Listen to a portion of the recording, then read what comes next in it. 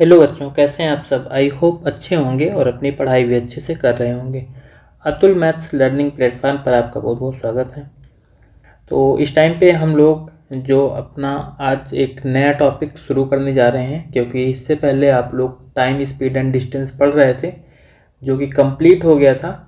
तो उसके बाद में फिर अब हम अपना एक कोई नया टॉपिक शुरू करेंगे। नया टॉपिक जो है वो भी रिलेटेड है टाइम स्पीड एंड डिस्टेंस से ही, क्योंकि उसी का है, समझ लो एक सब टॉपिक मान लो आप या कुछ भी, ठीक है। क्योंकि उसी से जो है रिलेटेड यहाँ पर जो टॉपिक है उसको हम शुरू करने वाले हैं। थंबनेल देख करके आप लोग समझ चुके होंगे कि हम यहाँ पर कौन सा टॉपिक आज पढ़ने वाले हैं। तो चलो देखो, इस वाले चैप्टर में यानी कि जो टॉपिक हमें पढ़ना है, सबसे पहले हम इसमें क्या करेंगे कि जो टॉपिक है पहले उसका हम थोड़ा सा ओवरव्यू देखेंगे कि हम मतलब वहाँ पर कौन से कोई फार्मूले अगर हैं तो उनको यूज करना है तो हम कैसे यूज करेंगे, क्या चीज़ें हैं। और या फिर जो है सबसे ज़्यादा ट्रेंडिंग यानी सबसे ज़्यादा इस टॉपिक से जो पूछे जाने वाला टाइप है वो कौन सा टाइप है और उसको हम किस तरीके से सॉल्व कर पाएंगे। ये चीज़ें सीखने के बाद में फिर हम अपना जो क्वेश्चन मतलब हर सीरीज की तरह जो है लगातार जो क्वेश्चन करते आए हैं वैसे यहाँ पर भी जो है हम क्वेश्चन को अटेम्प्ट करेंगे। तो चलो हम पहले जो भी अपना मतलब टॉपिक है उसको देख लेते हैं। टॉपिक हमारा यहाँ पर है बोट एंड स्ट्रीम, ठीक है। आप यहाँ पर देख पा रहे हैं नाव और धारा, यानी कि यहाँ पर कोई भी नाव जो है किसी नदी में जब चल रही होती तो नदी का पानी बह रहा होता है और उसी में जो है ये नाव चलती है। तो उसका भी इफेक्ट यानी कि नदी का जो पानी बह रहा होता है उसका इफेक्ट जो है नाव की चाल पर पड़ता है। तो वही चीज़ें हम यहाँ पर पढ़ने वाले हैं कि हाँ उसका क्या क्या इफेक्ट होगा और कैसे कैसे जो है कोई नाव अगर पानी में चलती है तो किस किस तरीके से उसकी चाल जो है चेंज होती है और वो कैसे जो है दूरियाँ यहाँ पर तय करती हैं। तो चलो यहाँ पर जो है हम इसका थोड़ा सा ओवरव्यू देखते हैं, मतलब यहाँ पर कॉन्सेप्ट थोड़ा सा सीखते हैं, उसके बाद में फिर हम अपना क्वेश्चन देखेंगे।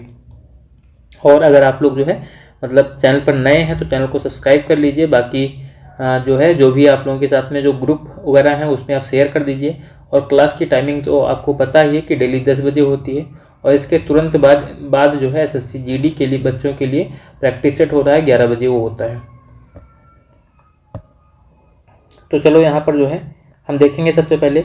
तो देखो यहाँ पर जो है क्या है कि जब भी जो है कोई नाव जो है वो पानी में चल रही होती है तो दो चीज़ें होती हैं कि पानी तो सबसे पहले बह रहा होता है, क्योंकि पानी जो है स्थिर बहुत ही रेयर कंडीशन में आपसे जो है मतलब क्वेश्चन पूछे जाएंगे। तो तीन मतलब चलो मान लो तीन कंडीशन हो सकती है। एक तो क्या है, एक कंडीशन मान लो हम ये मान लेते हैं कि पानी जो है रुका हुआ है, पानी स्थिर है, ये बिल्कुल ऐसे रुका हुआ पानी है। एक ये हो गया। तो दूसरी यहाँ पर हम कंडीशन बना लेते हैं कि जब पानी बह रहा है किसी एक दिशा में, मान लो पानी जो है ऐसे बह रहा है इस डायरेक्शन में, यहाँ पर हम एरो बना लेंगे। पानी मान लो ऐसे बह रहा है, एरो का मतलब कि पानी इस तरफ बह रहा है। और दूसरी मान लो कंडीशन हम यहाँ पर एक और बना लेंगे कि पानी यहाँ पर बह रहा है लेकिन दूसरी साइड में, मान लो इधर की तरफ पानी यहाँ पर बहेगा। पानी को मान लो हम इधर की तरफ बहा देते हैं, बाकी यहाँ पर जो है हम आगे इसका डॉट डॉट एरिया जो है बना देते हैं। ये मान लो तीन कंडीशन हो गई। अब इस तीन कंडीशन में क्या होगी, इसके ऊपर जो है कोई एक नाव चलेगी, ठीक है। इनके ऊपर कोई एक यहाँ पर नाव चलेगी। अगर मान लो जब भी कोई नाव जो है चल रही है तो नाव मान लो हम यहाँ पर एक बना लेते हैं ऐसे करके। बाकी नाव बनाना तो भाई मुझको आता नहीं है, ठीक है। तो इस तरीके से मान लो करके हमने यहाँ पर जो है एक नाव बना लिया ऐसे करके, ठीक है। तो यहाँ पर भी चलो बना ही लेते हैं, कर रहे हैं सीख रहे हैं चीज़ों को। तो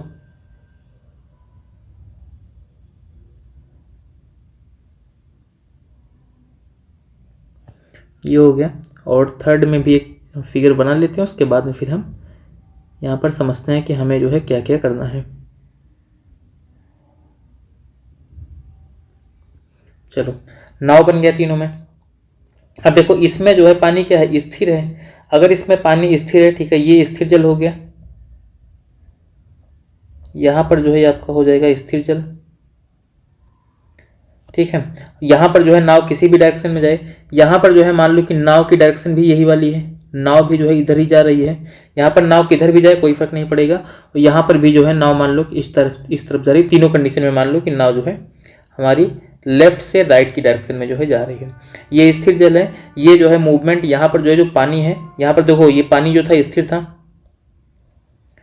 स्थिर जल था। यहाँ पर जो है ये मूव कर रहा है, यानी कि पानी की धारा भी जो है मूव कर रही है, यानी कि ये जो है स्थिर नहीं है। ठीक है, तो ये आप मान सकते हो यहाँ पर धारा की कुछ गति है, जो धारा या पानी जो है उसकी कुछ गति है। ठीक है, और यहाँ पर भी जो है धारा की गति होगी।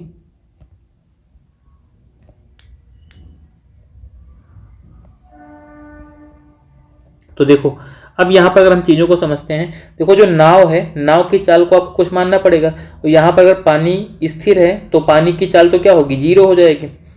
यहाँ पर नाव की चाल जो है मान लो हम b मान लेते हैं, जो नाव है उसकी चाल को मान लो हम यहाँ पर जो है b मान लेते हैं।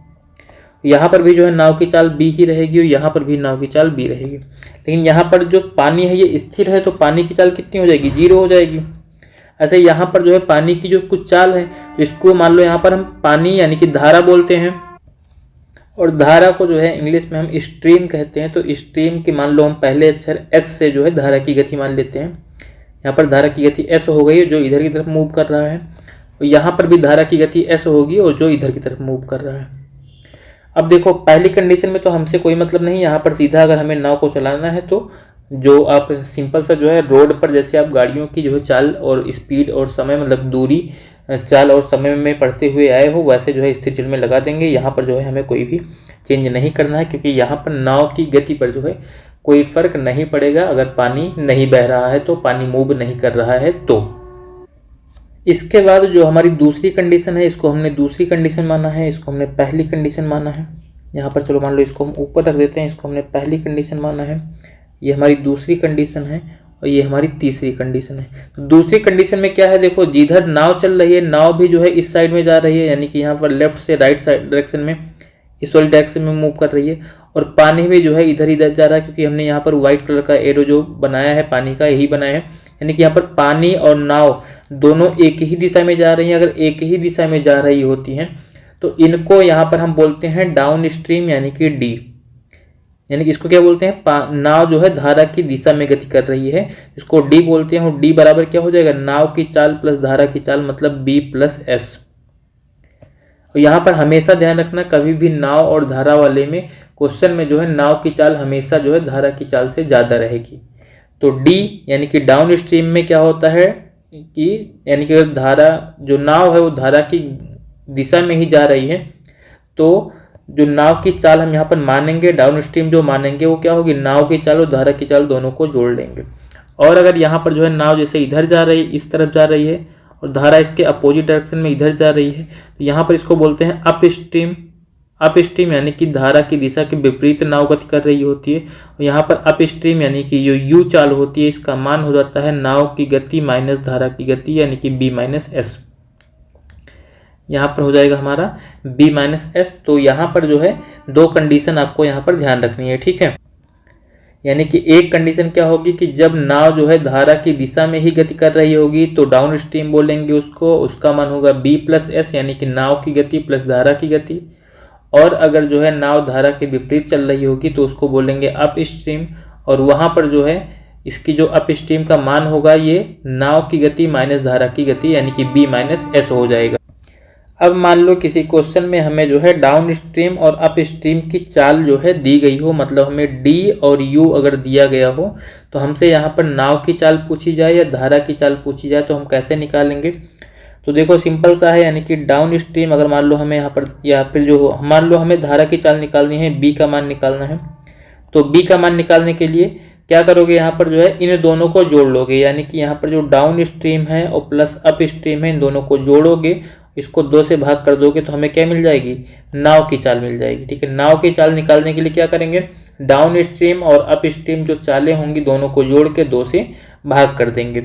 और दूसरा क्या होगा, अगर मान लो हमें धारा की चाल निकालनी है मतलब एस का मान निकालना है, तो यहाँ पर देखो क्या करेंगे, देखो जरा यहाँ पर डी जोड़ने पर बन रहा है और यू घटाने पर बन रहा है, दोनों में से बड़ा कौन सा होगा, डी बड़ा होगा, ये आपको पता है। अगर डी बड़ा होगा मतलब डाउन स्ट्रीम की चाल बड़ी होगी, तो यहाँ पर क्या करो, डाउन स्ट्रीम में से क्या करो, अप स्ट्रीम को घटा दो, डाउन स्ट्रीम में से अप स्ट्रीम को घटा दो, इसको 2 से भाग कर दो, तो ये क्या मिल जाएगा हमको, धारा की चाल यानी कि एस का मान मिल जाएगा।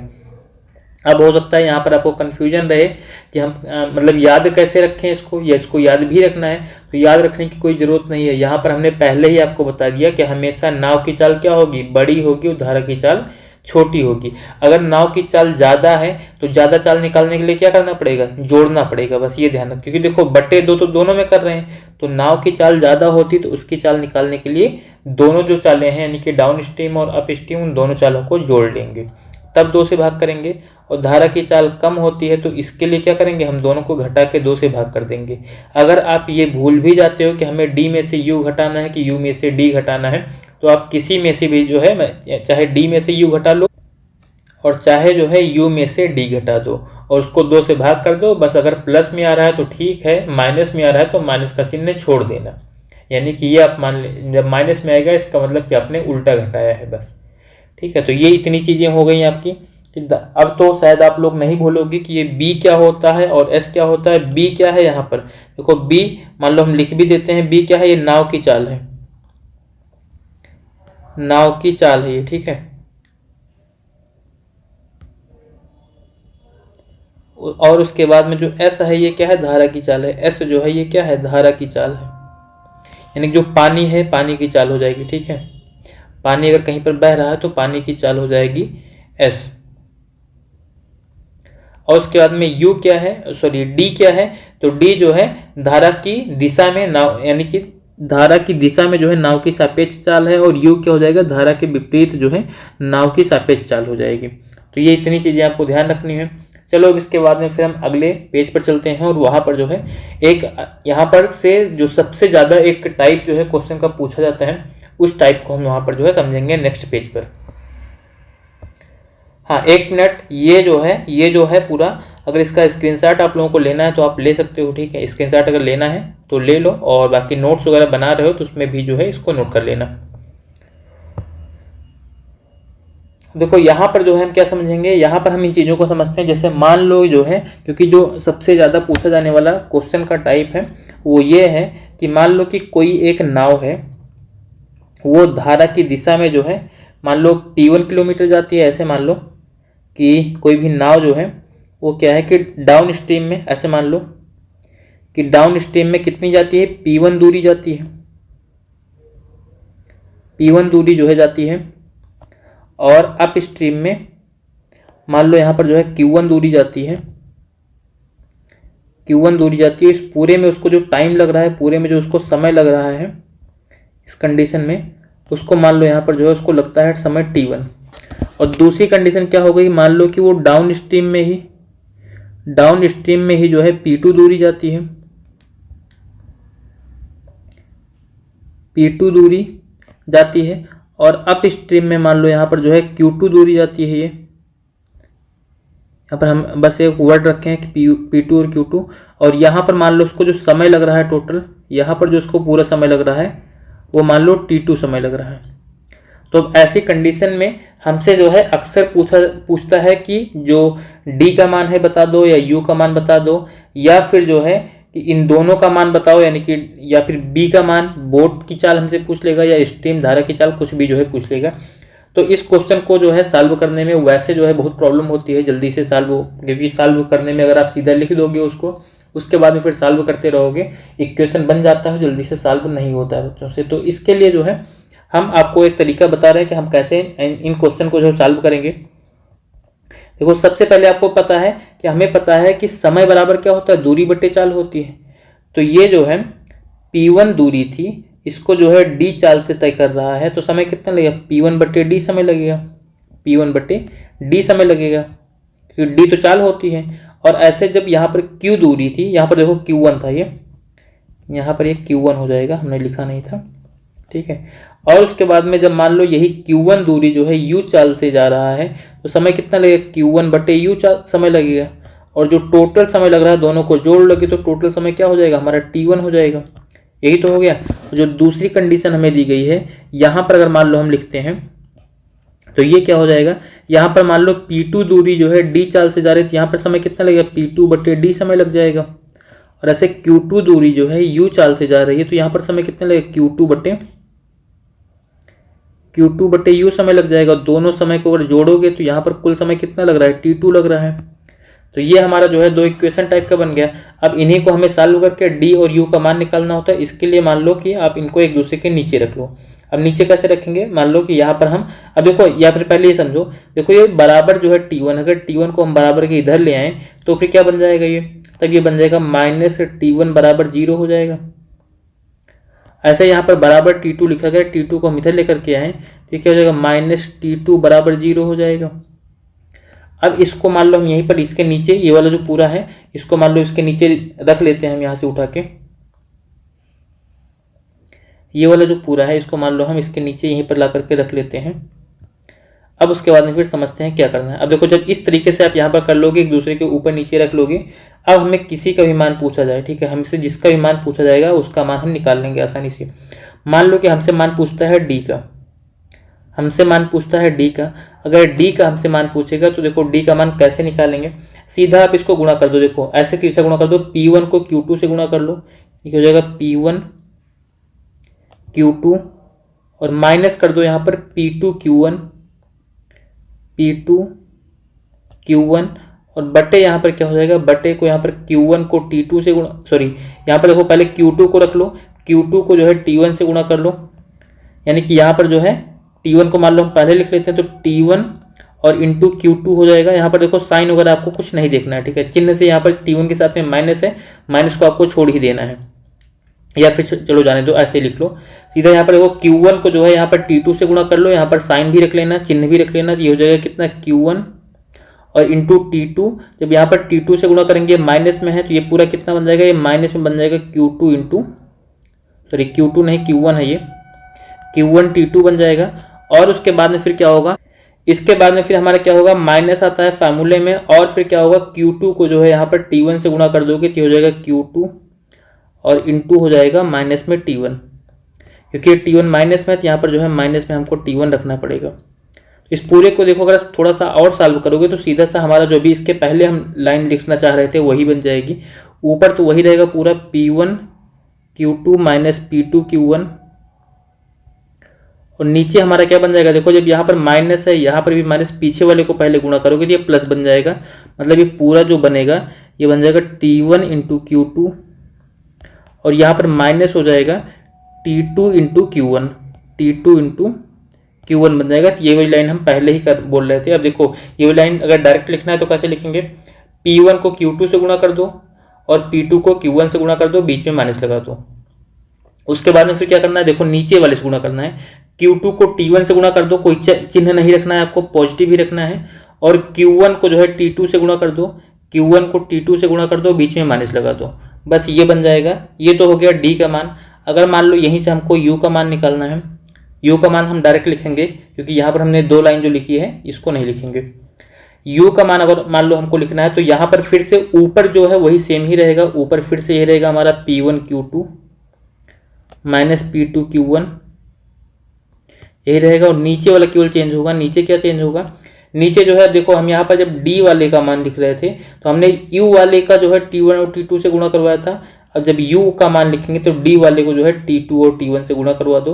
तो पहले नीचे वाले शुरू करेंगे, P2 को T1 से मल्टीप्लाई करवाएंगे तो ये हो जाएगा T1 P2 या P2 T1, ऐसे मान लो लिख लो P2 T1 और माइनस लगा दो, फिर P1 को T2 से मल्टीप्लाई करवा दो, हो जाएगा minus P2 T1, sorry P2 नहीं P1 होगा, P1 और T2 बनेगा, यहाँ पर T2 बनेगा। तो ये हमारा U का मान हो जाएगा, D का मान ये होगा और U का मान ये होगा। इन दोनों लाइनों को जो है आपको काफ़ी अच्छे से जो है ध्यान रखना पड़ेगा, ठीक है।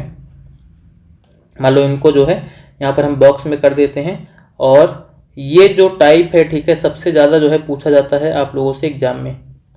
एक ये हो जाएगा और दूसरा ये हो जाएगा, ठीक है। इसको मान लो हम थोड़ा सा बड़ा कर देते हैं, इधर हम लिख देंगे बराबर करके, ठीक है। यहाँ पर जो है हम ये लिख देंगे, ये किसका मान है, ये है D का मान। तो D के मान के लिए ये आपको ध्यान रखना है और U के मान के लिए ये वाली चीज़ें आपको ध्यान रखनी है। ये दो फार्मूले जो है, मतलब यहाँ पर जो पीछे आपको पिछले वाली स्लाइड पर बताया गया और ये वाले स्लाइड पर ये बताया गया, ये सबसे ज़्यादा मोस्ट इंपॉर्टेंट हो जाएगा आपके लिए, क्योंकि एग्जाम में सबसे ज़्यादा क्वेश्चन इसी पर बनते हैं और सॉल्व करने में बच्चों को लग जाते हैं टाइम, तो आपको टाइम बिल्कुल भी बर्बाद जो है इस टाइप के क्वेश्चन पर नहीं करना है। चलो अब उसके बाद में हम जो है अपना क्वेश्चन देखेंगे, और अभी पहला क्वेश्चन ही आपको हम इसी वाले फार्मूले से शुरू करेंगे, तो वहां पर चीज़ें जो है आपको समझ में आ जाएंगी। चलो इसके बाद में फिर हम क्वेश्चन देखते हैं अपना।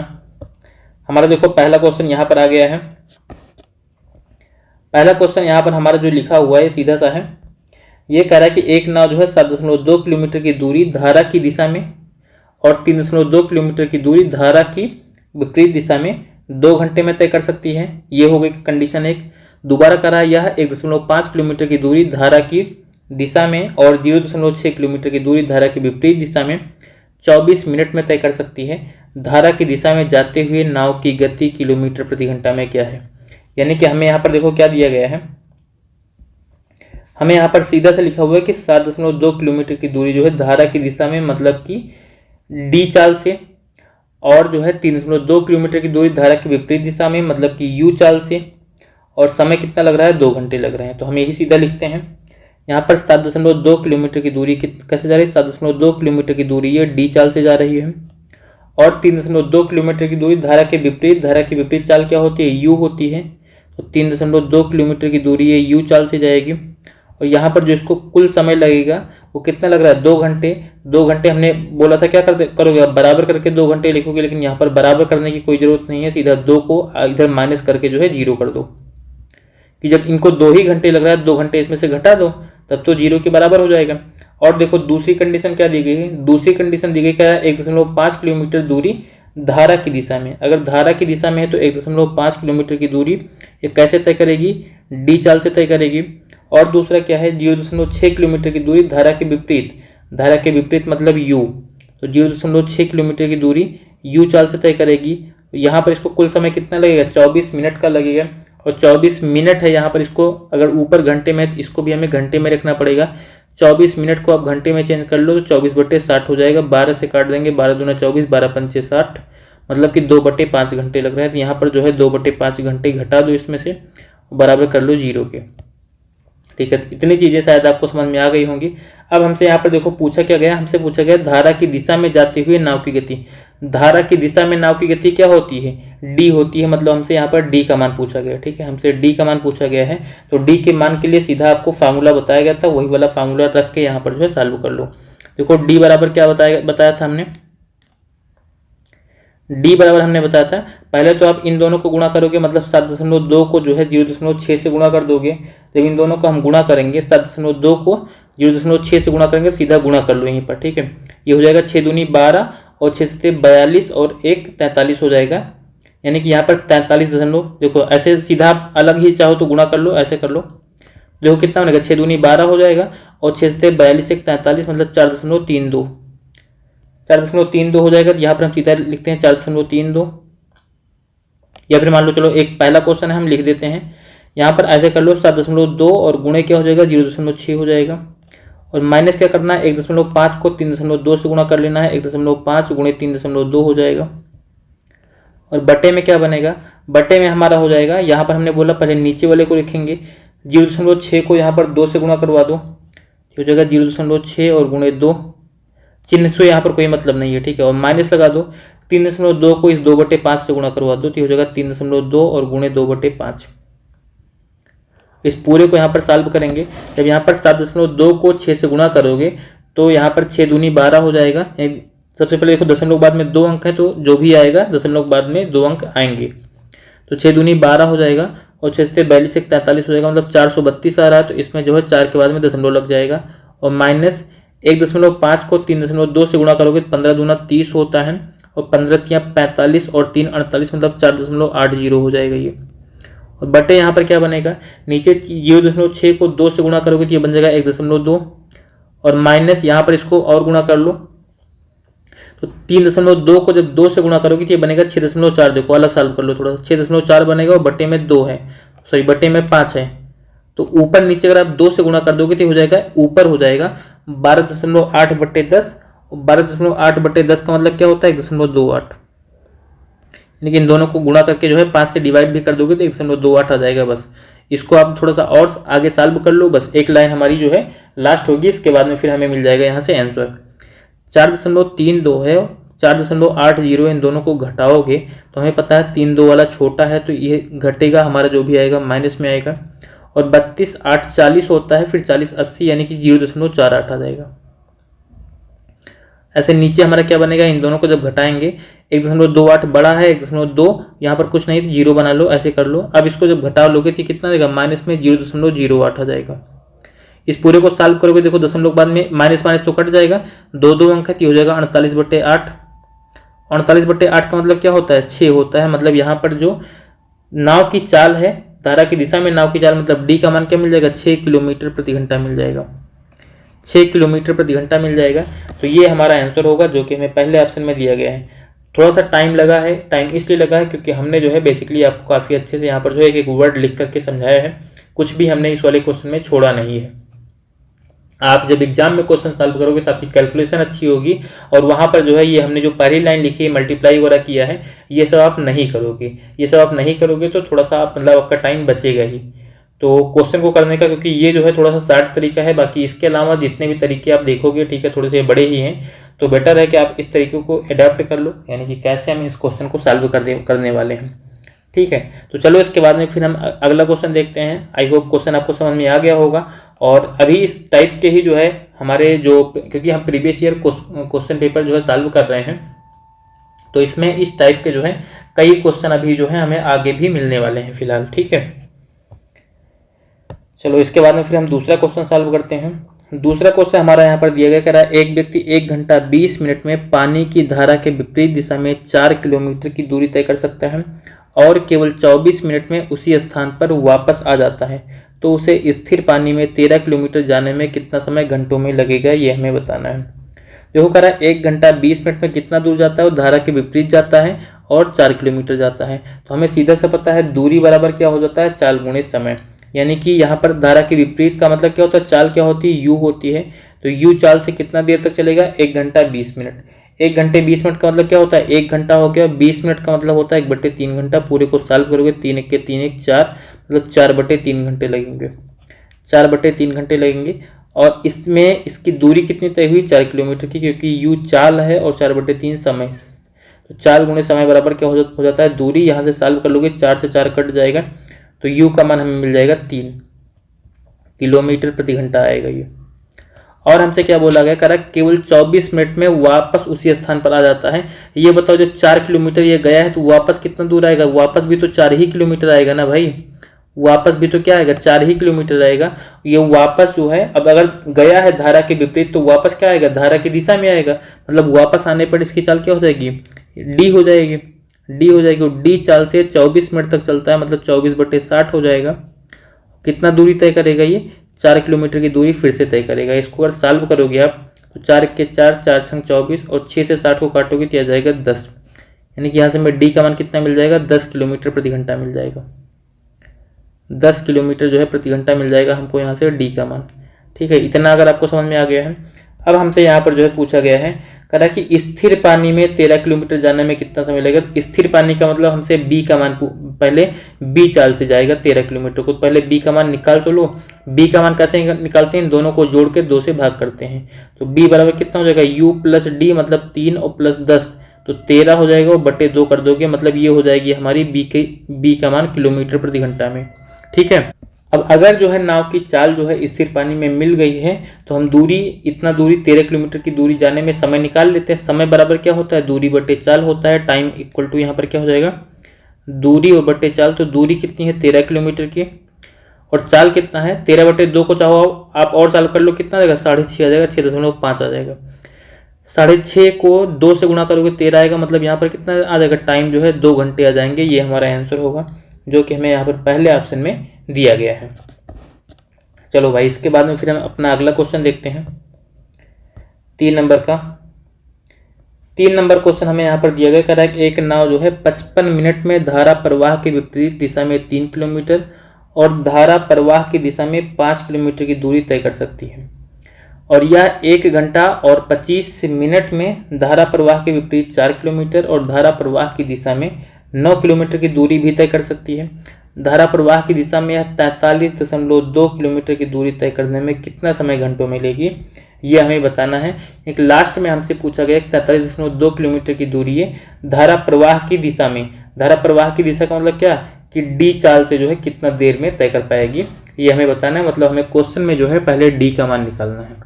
अब देखो क्वेश्चन फिर से उसी टाइप का है। 55 मिनट में जो है धारा के विपरीत 3 किलोमीटर और धारा की दिशा में 5 किलोमीटर जाता है। धारा की दिशा में 5 किलोमीटर मतलब 5 किलोमीटर ये जाएगा डी की चाल से, और उसके बाद में 3 किलोमीटर जाएगा यू की चाल से, और समय कितना लगेगा 55 मिनट। 55 मिनट का मतलब कितना हो जाएगा 55/60 घंटे हो जाएंगे। 55 मिनट का मतलब क्या हो जाएगा, घंटे में चेंज करोगे 55/60। 5 से आप चाहो तो काट दो, ये आ जाएगा 11 और ये आ जाएगा 12, यानी कि यहाँ पर माइनस कर दो 11/12 और बराबर कर लो 0 के। तो ये एक मिल गया। और दोबारा क्या करा, 1 घंटा 25 मिनट में जो है धारा के विपरीत 4 किलोमीटर और धारा की दिशा में 9 किलोमीटर। धारा की दिशा में जाएगा 9 किलोमीटर, 9 किलोमीटर डी की चाल से। धारा के विपरीत 4 किलोमीटर मतलब 4 किलोमीटर जो है यू की चाल से। और समय कितना लग रहा है 1 घंटा 25 मिनट। तो 1 घंटा तो पूरा है ही, 25 मिनट को अगर आप से घंटे में चेंज करोगे तो 25/60 होगा। ये कितना आएगा, 5 से काटेंगे 5 आ जाएगा, 5 से इसको काटेंगे 12 आ जाएगा। पूरे को सॉल्व करोगे 17/12 मिलेगा। माइनस यहाँ पर कर दो 17/12 बराबर कर लो 0 के। यानी कि ये तो हमें इक्वेशन मिल गया। ये इक्वेशन तो भाई आपको लिखना ही पड़ेगा, ठीक है। ये इक्वेशन लिखना पड़ेगा और इक्वेशन लिखने के बाद में कोई भी आपका एफर्ट क्वेश्चन में लगने वाला फिलहाल नहीं है। अब हमसे जो पूछा गया है उसको हम सीधा फाइंड करते हैं। हमसे यहाँ पर क्या पूछा गया, धारा की दिशा में इतना किलोमीटर जाने में उसे कितना समय लगेगा। पहले धारा की दिशा में चाल तो निकाल लो भाई, डी का मान तो निकाल लो।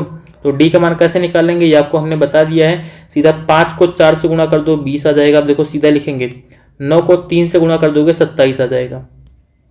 और नीचे क्या होगा, नीचे जो है हमारा डी का मान निकलना, 3 को यहाँ पर 17/12 से गुणा कर दो। तो सॉरी यहाँ पर पहले नीचे वाले से गुणा करेंगे, 4 को 11/12 से गुणा करेंगे। 4 को अगर 11/12 से गुणा करेंगे तो ये हो जाएगा 44/12। या 44/12 ये पूरा जो बनेगा हमारा, ठीक है। तो ऐसे लिख लो अब 44/12 और माइनस क्या हो जाएगा, 3 को 17/12 से गुणा कर दो, 17×3 = 51 हो जाएगा। मतलब ये बन जाएगा 51/12। इस पूरे को आप सॉल्व कर दो। देखो 20 में से 27 घटाओगे तो माइनस में 7 आएगा। और नीचे क्या बनेगा, 51 में से 44 घटा दो तो यहाँ पर भी क्या बन जाएगा हमारा 7 बच जाएगा। माइनस में 7 और बट्टे 12 हो जाएगा।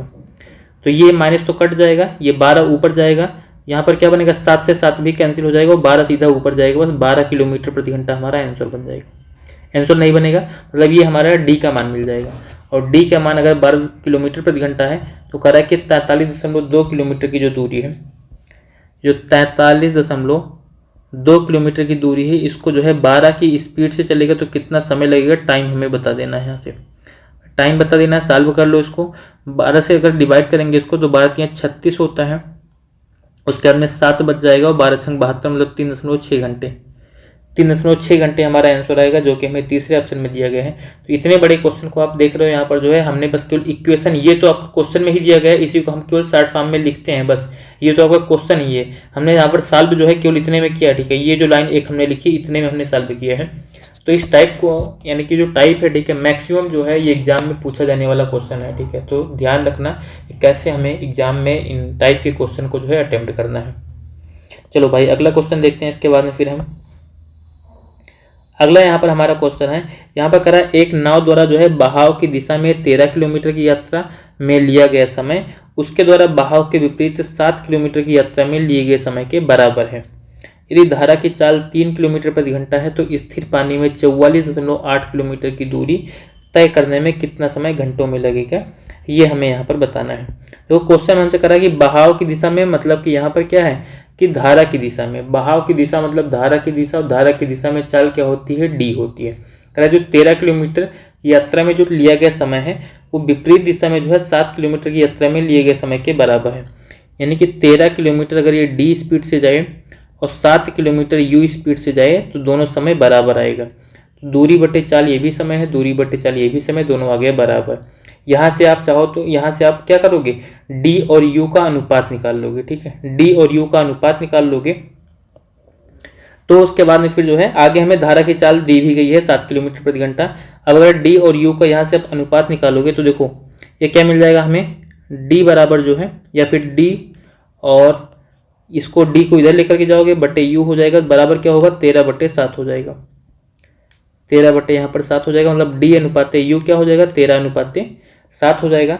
अब हमसे यहाँ पर जो है धारा की चाल तो दी गई है 44 किलोमीटर प्रति घंटा, यानी कि हमें यहाँ पर क्या मिल गया, ये जो है बी और यू का, यानी कि यहाँ पर जो है जो बी का मान है वो हमें निकालना है, और हमें यहाँ पर धारा की चाल मतलब एस का मान जो है दिया गया है। अब यहाँ से आप चाहो तो ऐसे कर लो, क्योंकि यहाँ पर अनुपात दिया गया है, डी की जगह पर आप चाहो तो रख लो, डी बराबर क्या होता है बी प्लस एस होता है, और एस का मान क्या दिया गया 3 दिया गया, नीचे क्या हो जाएगा बी माइनस एस हो जाएगा, बी माइनस एस हो जाएगा। इसका मान भी यहाँ पर भी एस का मान क्या है 3 है, बराबर क्या हो जाएगा 13/7 हो जाएगा। इसको चाहो तो आप सॉल्व करोगे, अब देखो सॉल्व मत करो, यहाँ पर सीधा बी का मान गेस कर लो। देखो बी का मान अब यहाँ पर क्या हो जाएगा, बी का मान यहाँ पर हम कितना रख लें 10 रख लें, 10 3 13 हो जाएगा, और यहाँ पर 10 में से 3 घटाएंगे तो 7 आएगा, मतलब हमारा अनुपात बन जाएगा। तो बी का हम यहाँ पर जो है मान जो है 10 मान सकते हैं, और हमसे यहाँ पर जो है स्थिर पानी में ही पूछा गया, मतलब हमें बी का मान तो निकालना ही पड़ेगा। तो बी बराबर यहाँ से कितना आ जाएगा, या फिर तिरछा गुना भी करोगे तो ये देखो कितना बनेगा 7b प्लस 21 और बराबर हो जाएगा 13b और माइनस 39 हो जाएगा। इसको सॉल्व करोगे तो 39 को इधर लाओगे, 21 और 39 अगर जोड़ेंगे तो ये 60 बन जाएगा, बराबर 13 और 7 अगर जोड़ लेंगे तो ये 20 बन जाएगा हमारा। ठीक है, यहाँ पर जो है जुड़ेगा नहीं क्योंकि 7 इधर जाएगा, 13 में से 7b घटेगा, यह जाएगा 6b, यहाँ से b बराबर हमें कितना मिल जाएगा 10 किलोमीटर प्रति घंटा मिल जाएगा, 10 किलोमीटर प्रति घंटा मिल जाएगा। अब कह रहा है कि स्थिर पानी में जो है 44.8 किलोमीटर की दूरी तय करने में समय, तो समय अगर बताना है तो दूरी 44.8 किलोमीटर की है, दूरी ये है, और बटे यहाँ पर क्या कर दो चाल, तो चाल कितनी है 10 किलोमीटर प्रति घंटा, यहाँ से हमें मिल जाएगा टाइम।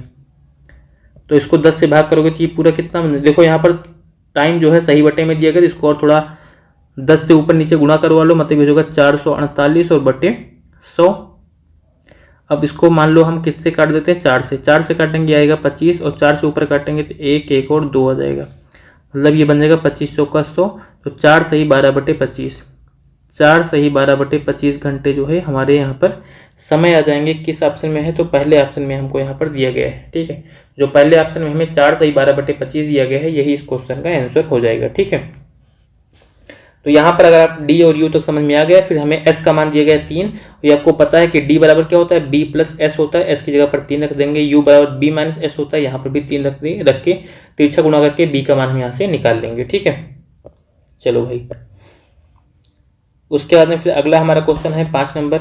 यहाँ पर कह रहा है कि एक नाव 54 मिनट में धारा प्रवाह की प्रतिकूल दिशा में, प्रतिकूल का भी मतलब क्या होगा यहाँ पर विपरीत ही होगा। ठीक है, उसके बाद में फिर जो है तो प्रतिकूल का मतलब यहाँ पर विपरीत हो गया। फिर हमसे बोला गया है कहा 3.6 किलोमीटर और धारा प्रवाह की दिशा में 5.6 किलोमीटर जा सकती है, 54 मिनट में जाएगी, और आगे यहाँ पर कह रहा है जबकि यह 58.5 मिनट में धारा प्रवाह के प्रतिकूल 5.4 किलोमीटर और धारा प्रवाह की दिशा में 3.6 किलोमीटर जा सकती है।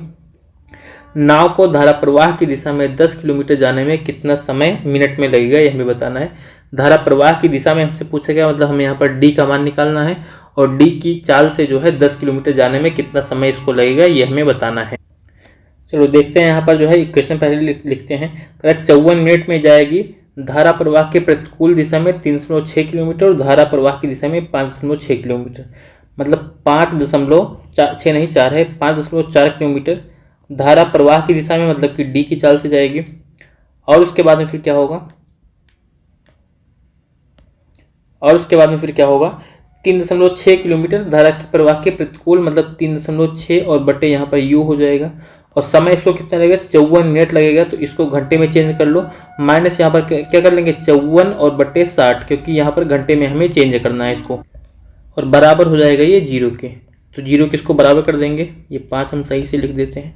और दूसरी हमें कंडीशन क्या दी गई है, दूसरी कंडीशन दी गई है, कह रहा है जबकि ये 58.5 मिनट में धारा प्रवाह के प्रतिकूल 5.4 किलोमीटर और धारा प्रवाह की दिशा में 3.6 किलोमीटर, धारा प्रवाह की दिशा में कितना जा रहा है 3.6 किलोमीटर, और ये डी की चाल से उसके अंदर प्रतिकूल कितना जा रहा है 5.4 किलोमीटर, और ये यू की चाल से दोनों को जोड़ेंगे, समय कितना लगेगा 58.5 मिनट लगेगा। 58.5 मिनट को अगर आप सॉल्व करोगे घंटे में, दिया जाएगा 58.5 और बट्टे में 60।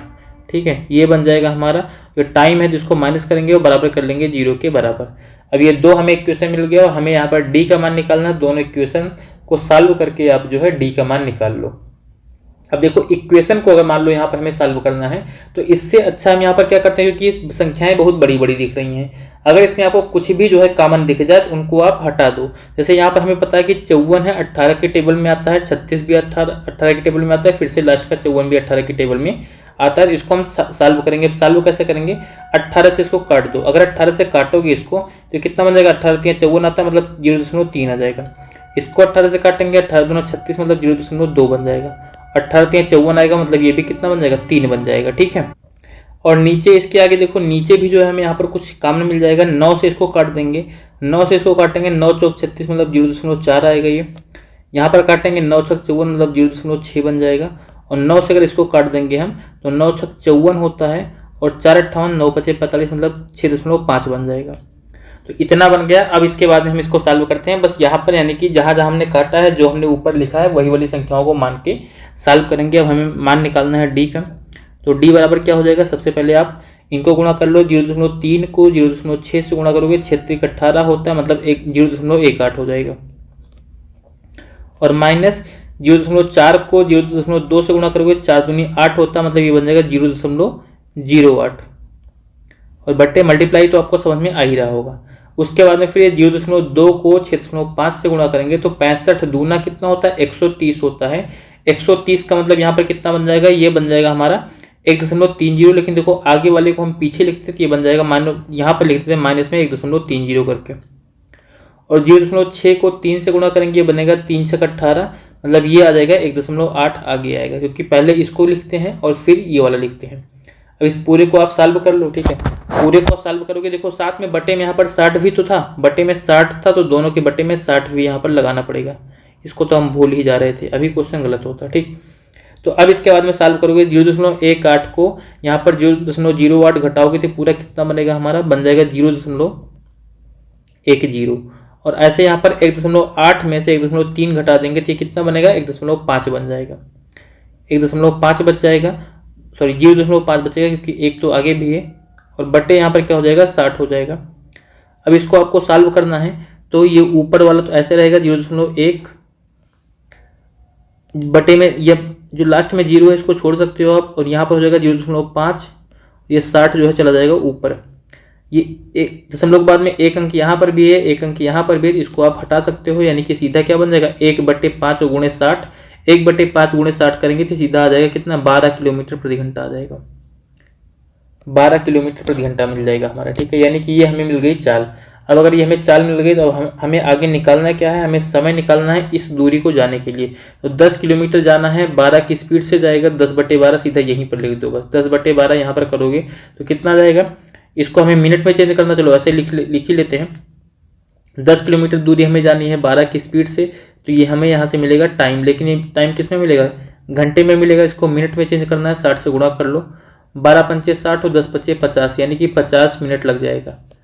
50 मिनट लग जाएगा, और यही हमारा आंसर होगा, जो कि हमें यहाँ पर दूसरे ऑप्शन में दिया गया है। ठीक है, तो जो दूसरा ऑप्शन यहाँ पर 50 मिनट का है, यही हमारे इस क्वेश्चन का आंसर हो जाएगा। चलो भाई अगला क्वेश्चन। और अगला क्वेश्चन यहाँ पर हमारा है, 6वां करा 3 किलोमीटर प्रति घंटा की गति से चलने वाली धारा में एक मोटर बोट जो है 12 किलोमीटर धारा के विरुद्ध जाती है और 60 मिनट में शुरुआती बिंदु पर वापस आ जाती है। स्थिर पानी में मोटर बोट की गति का पता लगाएं। तो ये वाला जो क्वेश्चन है ये आपका होमवर्क क्वेश्चन रहने वाला है, क्योंकि हम आज 5 ही क्वेश्चन करने वाले हैं, क्योंकि हमने शुरुआत में जो है आपको थोड़ा सा कॉन्सेप्ट वगैरह बताया है। तो नहीं तो अभी अगर मान लो हम आगे सोचें कि 10 क्वेश्चन तक कर लें तो लेक्चर बहुत लंबा हो जाएगा। तो उसकी वजह से हम 5 क्वेश्चन करने वाले हैं। बाकी 6वां जो क्वेश्चन है ये आपका होमवर्क क्वेश्चन है। ठीक है, ये आपका HW है, इसको आप सॉल्व करके और इसका आंसर जो है आप लोग कमेंट करोगे। उसके बाद में कल हम 6 नंबर क्वेश्चन से सॉल्व करते हुए और आगे लेक्चर को जो है मतलब आगे लेकर के चलेंगे। और जितने भी लोग अभी तक सेशन में बने हुए हैं, ठीक है, वो मतलब रियली में जो है अपनी पढ़ाई के प्रति जो है सीरियस हैं, यानी कि तैयारी जो है अच्छे से कर रहे हैं। तो अगर आप लोग जो है इसी तरीके से अपनी मेहनत को जो है लगातार जारी रखोगे, तैयारी करते रहोगे, और हर टाइप के जो भी क्वेश्चन वगैरह हैं, ठीक है, अगर आपको किसी भी टाइप में कोई प्रॉब्लम हो रही है कुछ भी, तो उस प्रॉब्लम को जो है ख़त्म कर दो। क्योंकि अगर आप प्रॉब्लम ले करके एग्ज़ाम हॉल में जाओगे तो वहाँ पर जो है आपके मन में एक डाउट बना रहेगा, आपको एक कॉन्फिडेंस नहीं मिलेगा कि हाँ हमें कैसे करना है, क्या पता मुझे जो क्वेश्चन नहीं आता है वही आ जाए। ये सारी चीज़ें जो हैं, तो इन सब से बचने के लिए आप प्रयास ये करो कि उससे पहले ही अपने डाउट जो है वो ख़त्म कर लो तैयारी करते टाइम ही, जिससे कि एग्ज़ाम में जब आप जाओ तो आपको इस बात का टेंशन ना रहे, ठीक है, कि हमारा जो है कोई टाइप आ जाएगा या उसको हमने नहीं पढ़ा है वो आएगा तो हम सॉल्व नहीं कर पाएंगे, ये सारी चीज़ें। और बाकी क्लास की टाइमिंग जो है डेली 10 बजे होती है। जितने भी लोग जो है SSC GD की तैयारी कर रहे हैं, अभी तुरंत जो है इसके बाद में 11 बजे से हमारी जो है क्लास होने वाली है SSC GD के बच्चों के लिए मैथ की प्रैक्टिस, जिसमें हम प्रीवियस ईयर पेपर की प्रैक्टिस कर रहे हैं। तो वो लोग 11 बजे वाली क्लास से जो है जुड़ना ना भूलें। और बाकी जितने भी लोग जो है मिक्स क्वेश्चन की भी प्रैक्टिस करना चाहते हैं तो वो लोग भी उसमें आ सकते हैं। लेकिन अगर आप जो है किसी हाई लेवल एग्जाम की तैयारी कर रहे हैं तो वो क्लास आपके लिए उतनी ज़्यादा सूटेबल नहीं होगी, क्योंकि वहाँ पर जो है क्वेश्चन का लेवल थोड़ा सा लो रहता है। लेकिन अगर आपके पास जो है थोड़ा सा टाइम है, यानी कि अगर आप पढ़ाई कर ही रहे हैं तो एटलीस्ट, क्योंकि हम 20 क्वेश्चन जो है करने में मैक्सिमम से मैक्सिमम 30 से 35 मिनट लेते हैं, तो आप उस क्लास को भी जो है देख सकते हैं। बाकी आज इस वाली क्लास को हम यहीं पर एंड करते हैं। Thank you and all the best.